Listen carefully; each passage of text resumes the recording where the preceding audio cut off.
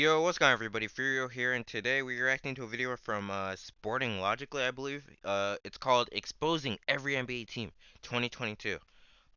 So this should be interesting, honestly, but let's check it out. We're going to get really negative today. In this video, I'm pointing out the flaws for every single team in the league this year and why they're going to end up being bad this season. Now, obviously, I don't think that every single team in the league is going to be bad this year, so some of these are my real opinions and others are a bit more dramatic. I'll leave it up to you to figure out which are which. We begin with the Boston Celtics, who already are dealing with health issues. Danilo Gallinari is already injured. Their main addition this offseason was Malcolm Brogdon, who has really struggled to stay on the floor for the last couple of seasons, and it's very easy to see a scenario where they're not healthy, they don't start the season that well, and then we start to see the old Celtics once again. Keep in mind that 10 months ago, this was a team that everybody kind of thought was going nowhere before they turned their season around. They could pretty easily get back to that point if they struggle with injuries. Yeah, I think Gallinari was like a huge pickup for them, and obviously they just lost him probably for the season, which is unfortunate. Also, Brogdon hasn't really played that much games, which I'm assuming is why the Celtics were able to get him for like super cheap. But yeah. Next up now, the Toronto Raptors.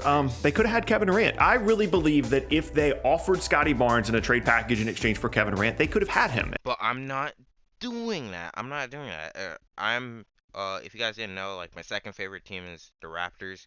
I was not giving up Scotty Barnes at that point.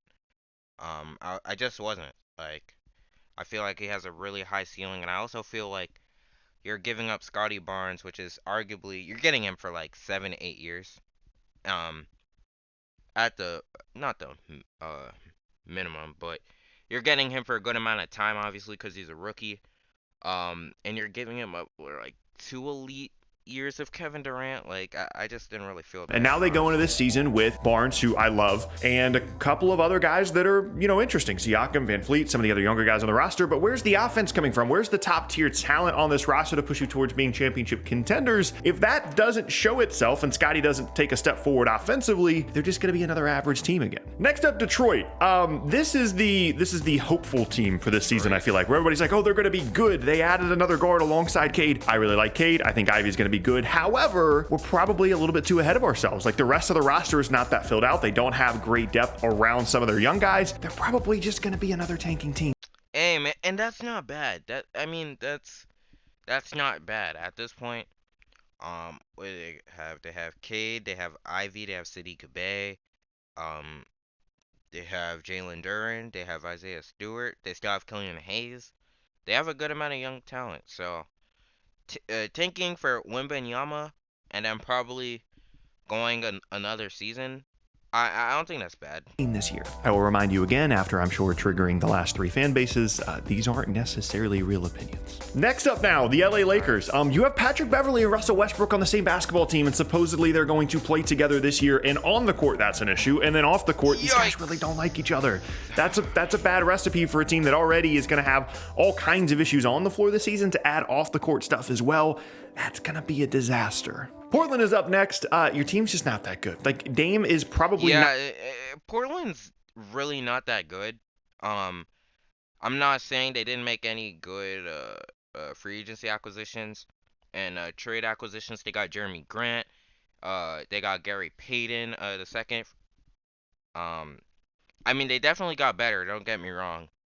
But if I'm being honest, I don't even think this is a lock for the playoffs. I think they're gonna be in the play-in. So if you're really like trying to build around Damian Lillard, this isn't really I don't know, I feel like this isn't really the way to go about it. Not ever going to be back to what he was like 3 years ago. This injury thing from last year was really strange. And like, yeah, Jeremy Grant's nice. He'll help you defend. I mean, Anthony Simons is young. He's not worth $25 million a year. Jeremy Grant's your second best player.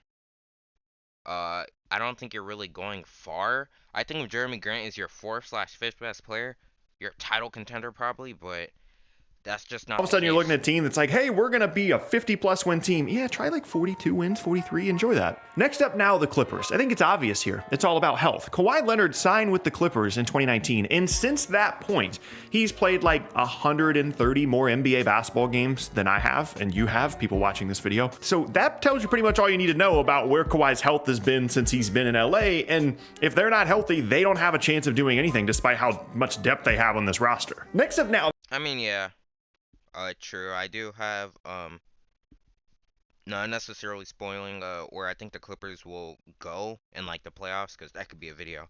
But let's just say Clippers are amongst the cream of the crop of the West.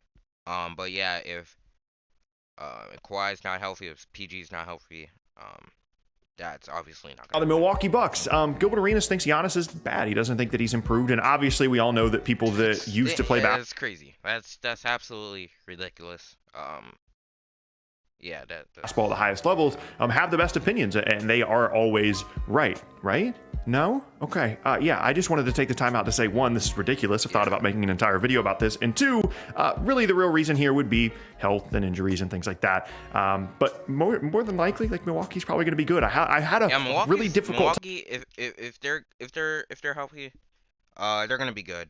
Um, I'd honestly expect them to be back in the finals. That's how good I think the team is, and that's how good I think Giannis is in general. time finding something really negative to say about them, but I want to take the time to say something negative about Gilbert Arenas. Next up now, Brooklyn. Feels pretty obvious, yeah. Nobody wants to play basketball. Kevin Durant doesn't want to play basketball for Brooklyn. Kyrie doesn't really want to play basketball in general, and Ben Simmons is kind of terrified to play basketball. So anytime your supposed three best players aren't really super interested in playing either for your team or in general, that's going to be a problem. Next up now, the Phoenix Suns. Yeah, and it's a shame because I think they improved a good amount this offseason. They brought in TJ Warren, which is actually a pretty good scoring threat off the bench. And I think I'm blanking, but yeah, I mean their team is solid. They're bringing back Joe Harris. They still have Seth Curry. They have Nick Claxton still, who I know is kind of shack with his free throws last year. But hey, man, they got a squad, but it's up to really the top three guys. Um, it's really up to the top three guys at that point to determine how far they're gonna go. Nobody likes each other. DeAndre Ayton wasn't really welcomed back by the team, despite the fact that he will be back. Chris Paul's always been kind of a cantankerous guy. He's getting older. And Devin Booker's looking around wondering like, hey, where's my championship? We were a couple of plays away from winning a title 2 years ago, and all of a sudden we look like we're going to be a bad team. Like, for them to win 50 games this year, I don't feel like necessarily is a guarantee because of the age of Chris Paul and just bad vibes. Next up, OKC. Maybe, but as much as I think the Suns were overrated, especially last year, I still can see them being a top four-ish, five-ish seed. Where I actually thought they were going to be like the 2020-21 season. But I still think they'll make the playoffs. I still think they could even upset a Nuggets or a Clippers or a Mavericks or they can upset a team, but yeah, I definitely agree that like 50 wins is not a guarantee, especially like with the chemistry on that roster being They've already given up. Chet is kinda out for the strange. year in an injury that reportedly he probably could come back post trade deadline if they really, really wanted him to, but they're just already going to give up. Shea's going to play half the year, Giddey's going to play half the year, and they're going to try again next year, try their best, assuming that Shea continues to stick around. At some point, you got to wonder if he's going to say, hey, I'd like to play like real meaningful basketball. Yeah, I always wonder about Shea because I think Shea is one of the most underrated guards in the league. But sometimes I think like does Shea really want to keep doing this? Like does Shea really want to keep losing and keep tanking? Like when for me, main question with the Thunder is when are they going to start competing? Like when are they going to start going into like a play-in kind of goal or a playoff type of goal and then like a top three kind of goal and then a contender. Like I just kind of wonder that about the Thunder because they have all these picks and you never know who the next disgruntled superstar is. It could be Karl Anthony Towns. It could be um Damian Lillard. I mean, so yeah, that's really my question with the Thunder is when they're actually going to start like moving through with this rebuild. basketball games. Hasn't happened yet, but we'll see. Next up, the Sixers. You're counting on a guy in James Harden that hasn't looked like the same player in 2 years, and you're counting on him now all of a sudden going back to that guy. And really the only indication we have that that's going to happen is that he looks like he's in better shape. Congratulations, James. Like, you're actually in basketball shape. That's good. Well done. But you haven't been very good the last couple of seasons, and injuries are a part of that, and conditioning. I think he's been good. It's just like it's just kind of he's been disappointing for his expectations. Like a couple of years ago, he was a perennial MVP candidate. He was averaging 27, 28 points per game. He was even averaging like 30, 35, 36, 34. But he's kind of in a new this is like the new era of James Harden where he's not going to be much of a scorer, but he's going to be more of a facilitator. So he's a part of that. yeah. I don't know that that's something that you should count on. And if he's not good, as much as you like Tyrese Maxey and as incredible as Joel Embiid is, you're not a championship team. So enjoy hanging the entirety of your season on the shoulders of James Harden. Ask everybody else how that has gone over the last couple of seasons. Next up now, Orlando. Similar to Detroit, this is the all hype team. This is the all hype, no actual real basketball success within the last decade of the league team. Like, that's them. And they have Paolo, who I like, variety of other young guys. They haven't done anything. There aren't players on this roster that know what NBA success looks like, and now all of a sudden you're expecting them to make a play-in push? Yeah, it feels unlikely. Next up now, Atlanta. DeJounte Murray can't space the floor. Trae Young doesn't want to play off the ball, and I don't know how that combination is going to work. Not to mention the fact, even if it does work at least a little bit, is the rest of the roster like any good? DeAndre Hunter's fine. Bogdanovich is fine. John Collins, Clint Capella. That doesn't really inspire a lot unless these two other guys are fantastic, and who knows if they will be together.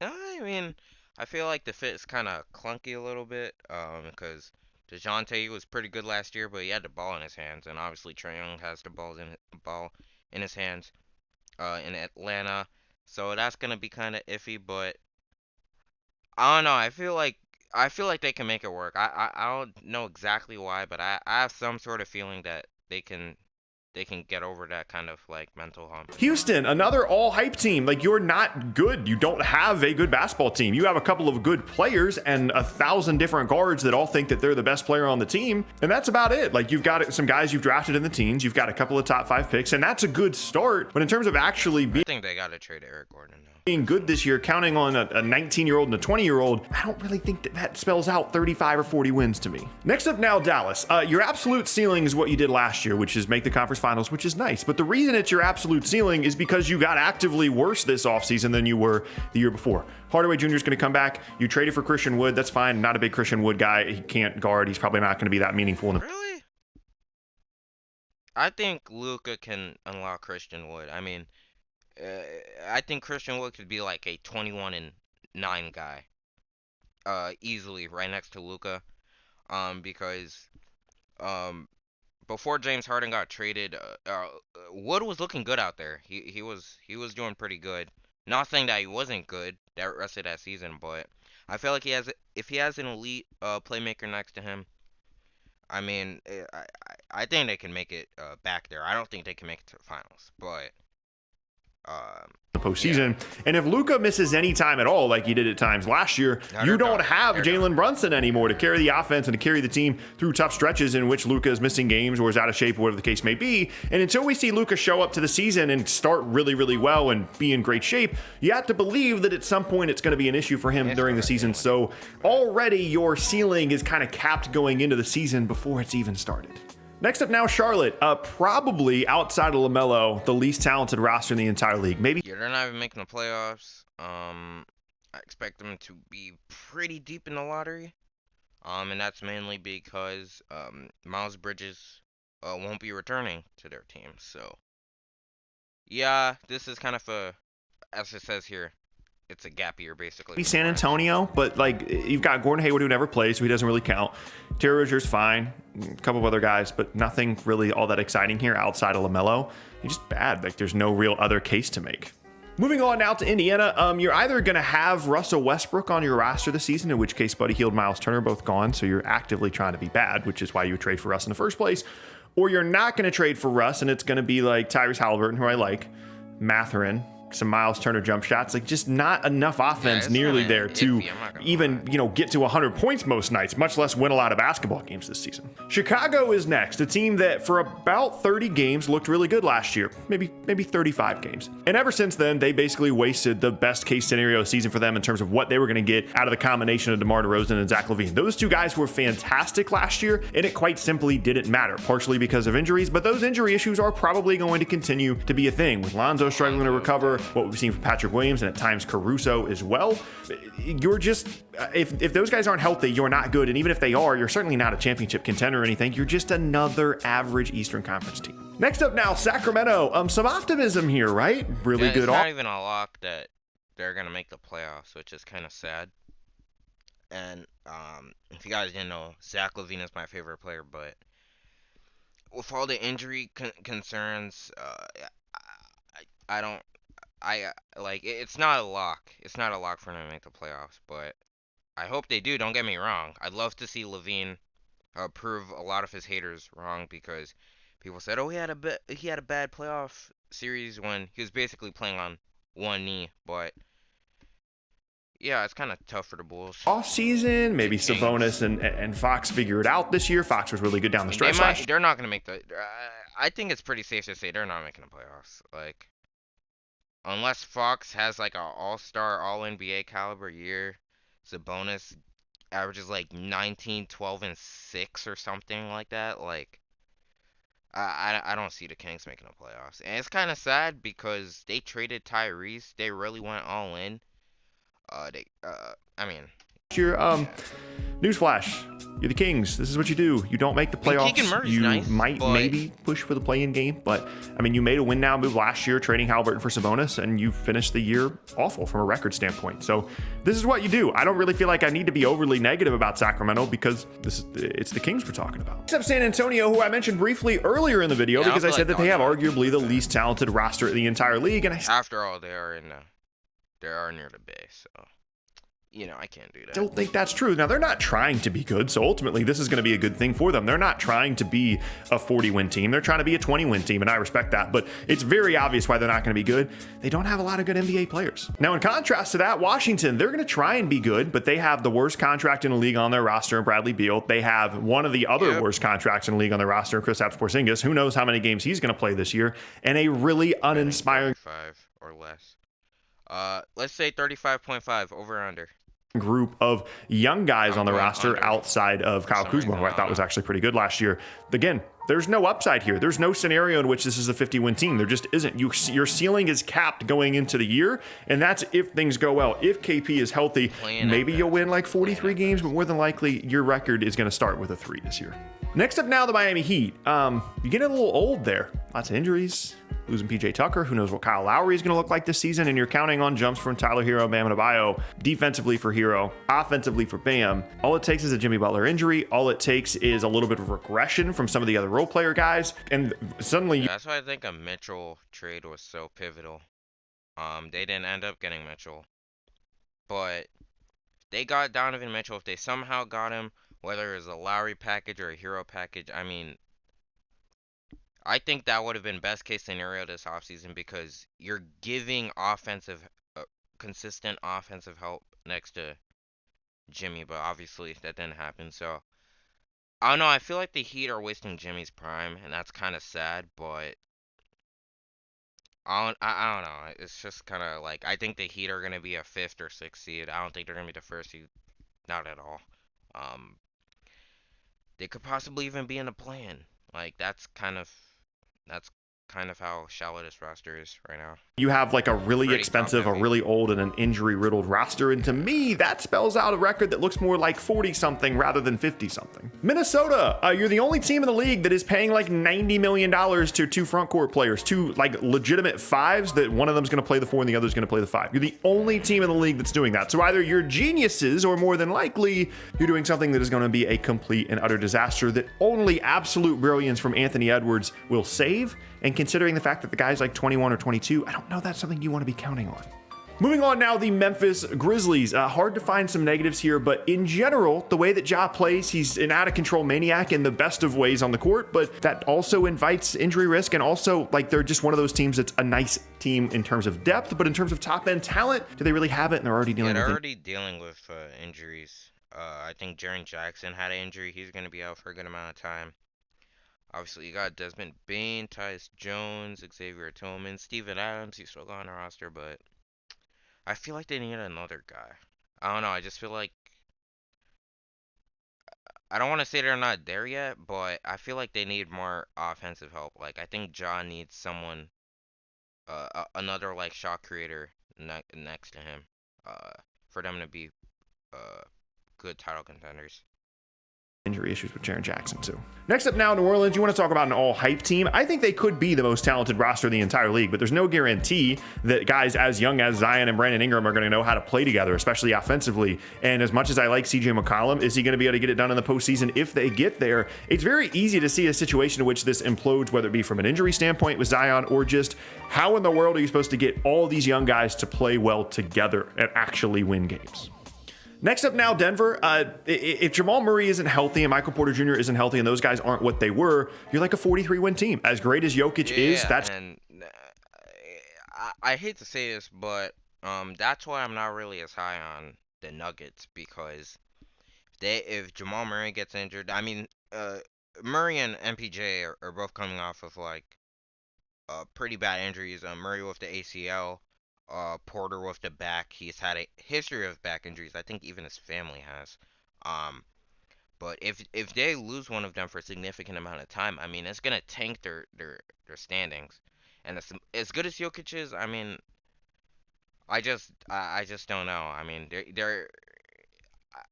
yeah, like it's gonna be tough if one of them are out, or even both of them. I mean, and then Jokic has to carry. It's gonna be tough to make like a championship finals run.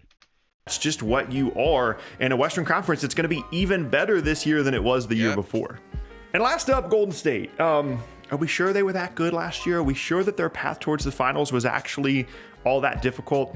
They beat a Celtics team that was beat up, that was hurt, that had played a ton of minutes. The Celtics, okay. I'm sure Tatum was hurt-ish a little bit, but most of that was Wiggins. I'm gonna be honest. I mean, he clearly got clamped up. Clearly got frustrated. But just ending it off here, I guess. In terms of the Warriors' run, sure we faced the Nuggets without MPJ and Murray, but were they really? I mean, I'm not saying they're not gonna have an impact. It would have probably won 7 games if they had Murray and MPJ, but I still think we closed it out just because, in my opinion, we had the best player overall on the floor. Um, Grizzlies, I'm not gonna lie, Grizzlies could have beat us if they had Ja, but honestly, I don't know. It's just kind of, I feel like discrediting the Warriors run is just kind of weird to me. Like, and just like kind of discrediting other runs, like discrediting the Lakers run, discrediting the Raptors run, discrediting the Bucks run. Like, I don't know. I just feel like it's kind of weird. I feel like he's reaching a little bit, but you know, Steph misses some games. Maybe Clay isn't as good. They're getting older. The young guys don't step up. They lost guys in the offseason. You know, they're going to be a playoff team. They're still that level of good. But championship contenders, the rest of the league is probably going to be catching up to them. I mean, I can see that, but you know, I think we had a slump last year for sure. Still kind of made it out. So I don't know. And that is the end of the video. Hope you guys enjoyed. Great video by Sporting Logically. Enjoyed it quite a lot, but that's gonna be it with this video. Make sure to like, subscribe, comment, and I'll see you all in the next one. Peace.